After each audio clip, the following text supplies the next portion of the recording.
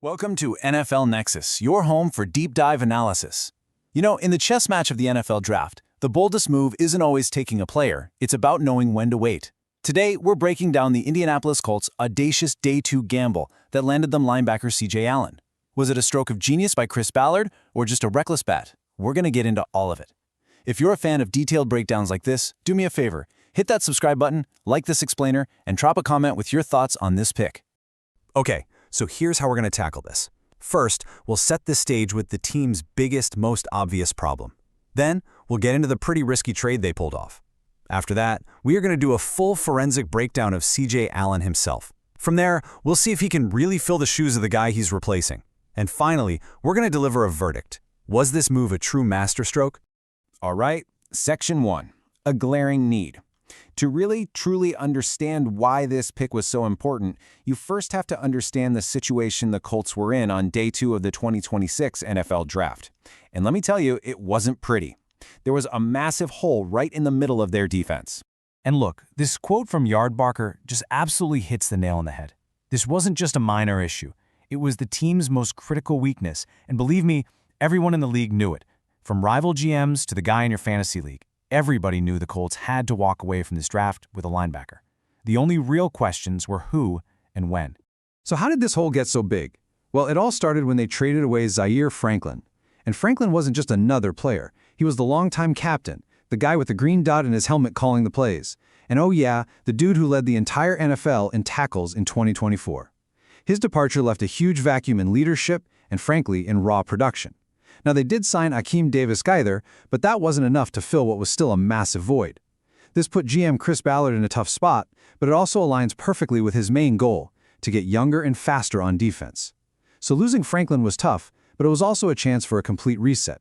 So let's move on to the risk itself. Picture this. The Colts are on the clock at pick number 47. Their biggest need is staring them right in the face on the draft board. The smart, safe play is to just take their guy and call it a day. But that's not what Chris Ballard did. Instead, he decided to roll the dice. This is where the whole thing gets really interesting. Instead of just rushing to fill that hole, they took a calculated risk. I mean, why would a team that desperately needs a linebacker trade away from a pick where they could get one? Well, the answer comes down to one word: value. They believed they could get their guy and get something extra. So they hop on the phone with the Steelers and they make this move. And honestly, it's just a brilliant piece of value management. They moved back only 6 spots in the second round, and for doing that, they picked up an extra 4th-round pick and even improved their position late in the 7th. It's kind of like trading a $5 bill for someone else's $5 bill, but they also hand you an extra dollar for your trouble. I mean, who says no to that? It's just smart business. And here's the crucial point.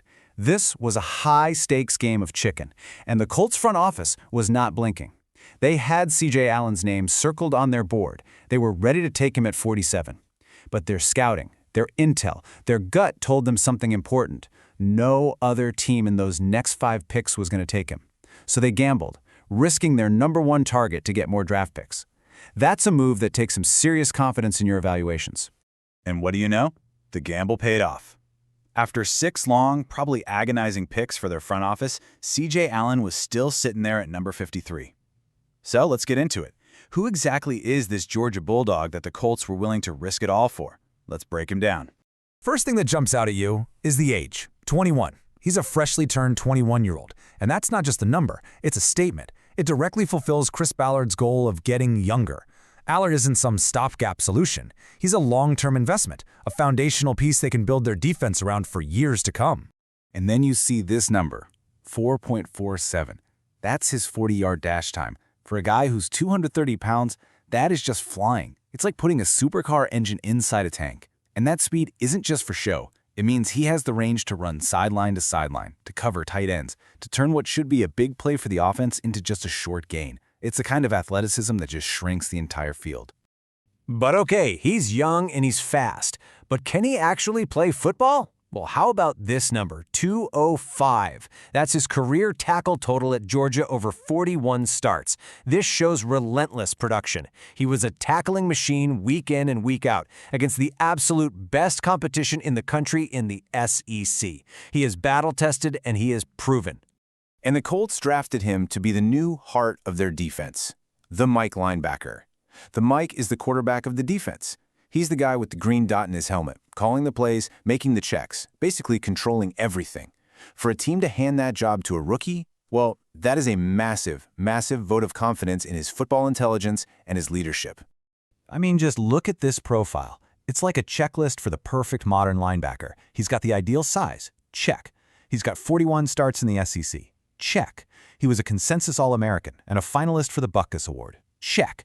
And maybe the most important thing, he was a 2-year team captain at Georgia. Double check. The guy is the total package. And the experts back this all up. Ryan Roberts from A to Z Sports describes him as having an old-school game. And what that really means is that this guy loves contact.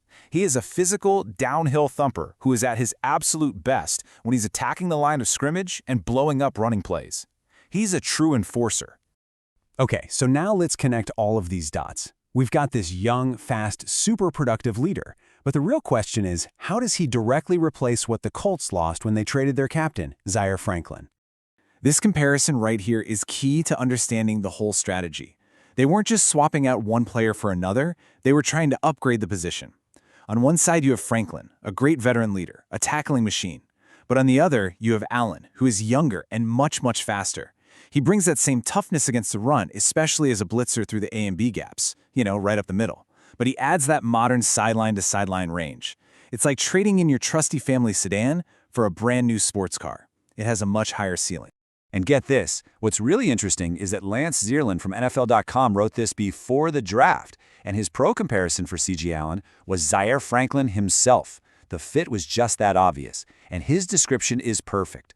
More capable of rowing the boat than making big splashes. That means he's that steady, reliable presence every defense needs. He's the kind of player who raises the floor of the whole defense, making everyone around him better. But, we gotta be honest here. It's not all perfect. And the similarities to Franklin unfortunately also apply to the weaknesses.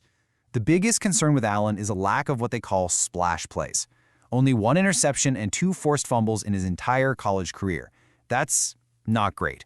Analysts also worry about his ability in man coverage. He can be a little tight in the hips, which might make it tough for him to stick with athletic tight ends and running backs downfield. It's the one part of his game that could be a liability.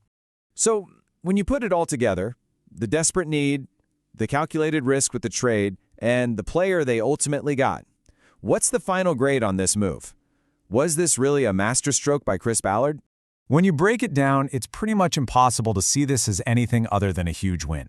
They played the board perfectly, landing a player who was ranked as the 35th best prospect in the whole draft all the way down at pick 53. That's incredible value. They filled their biggest need, they added another draft pick, and they got younger and faster. This was a masterclass in how to manage the draft. And hey, don't just take my word for it. This was a universally praised pick.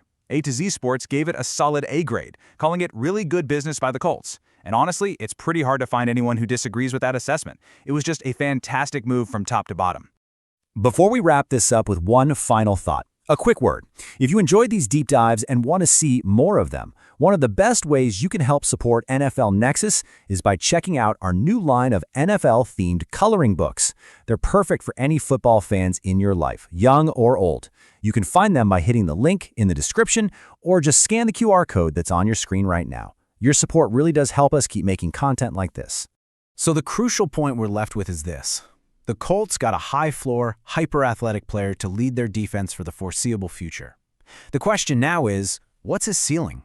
Will his athleticism and leadership make the whole defense better? Or will those limitations in coverage become a liability that teams can exploit? That's the question that will ultimately define this pick. Thanks for watching NFL Nexus.